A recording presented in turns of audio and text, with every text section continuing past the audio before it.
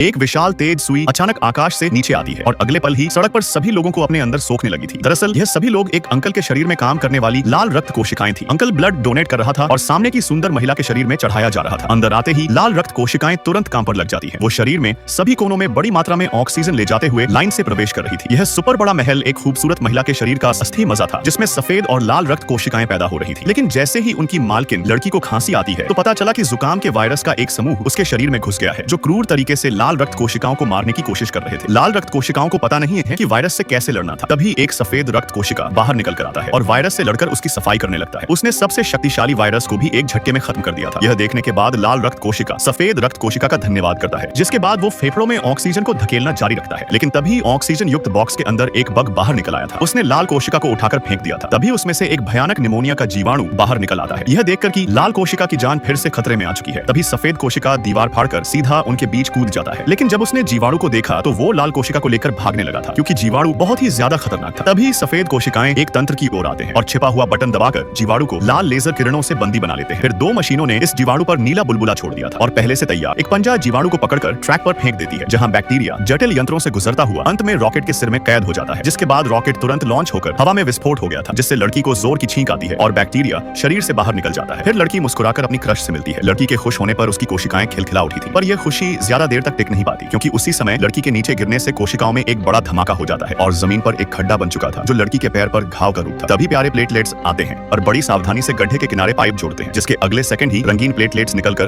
गड्ढे को भरने लगी थी। यह सब मिलकर गांव को पूरा भर देते हैं। लेकिन जब रात में लड़की को बुखार आता है तो लाल रक्त कोशिकाएं वायरस से डर जाती है और मदद मांगती है। तभी मस्तिष्क के आदेश पर टी कोशिकाएं लड़ने के लिए मैदान में आ चुकी थी। यहाँ तक कि सफेद रक्त कोशिकाएं भी लड़ने में पीछे नहीं थी, जिससे वायरस पूरी तरह से साफ हो जाता है और लड़की प्यार में पड़कर खुश हो रही थी। लेकिन तभी उसके पिता का पेट अचानक खराब हो जाता है। उसका आंतरिक अपशिष्ट बाहर आना चाहता था, पर पिता गाड़ी चलाते समय गटर नहीं जा सकते थे, इसलिए काली कोशिकाएं इकट्ठा होकर पीले पदार्थ को रोकने की कोशिश करने लगती है। लेकिन पिता का प्रेशर बहुत तेज था। जैसे ही उसने पाद मारा तो इसकी बदबू से काली कोशिकाओं की दीवार कमजोर हो गई थी और वो अपशिष्ट को रोकने में फेल होने लगे थे। तभी पिता गाड़ी पार्क करके तुरंत गटर की ओर दौड़ पड़ता है। आदमी अपने पिछवाड़े को दबाकर रखा था ताकि उसकी पेंट में ही ना निकल जाए। आखिरकार गटर पहुंचते ही धड़ाम से हगने पर उसकी काली कोशिकाओं को आराम मिल जाता है। लड़की और उसका प्रेमी रिश्ते को पक्का कर लेते हैं, जिससे लड़की बहुत ज्यादा खुश होने लगी थी, जिस कारण उसके शरीर में कुछ अजीब विकसित हो गया था, जो एक खराब सफेद रक्त कोशिका थी। और जब उसको मिटाने का फैसला किया जाता है तो वो बहुत गुस्से में आ जाता है और अचानक बदलकर कांटों वाला एक मॉन्स्टर बन गया था और उसने अपने ही भाई सफेद कोशिका को मार डाला था। जिसके एक महीने बाद लड़की की नाक से खून बहता है और बेहोश होकर नीचे गिर जाती है, क्योंकि उसके शरीर के अंदर विकसित हुई खराब सफेद रक्त कोशिकाओं की संख्या बहुत बढ़ चुकी थी। टी कोशिकाएं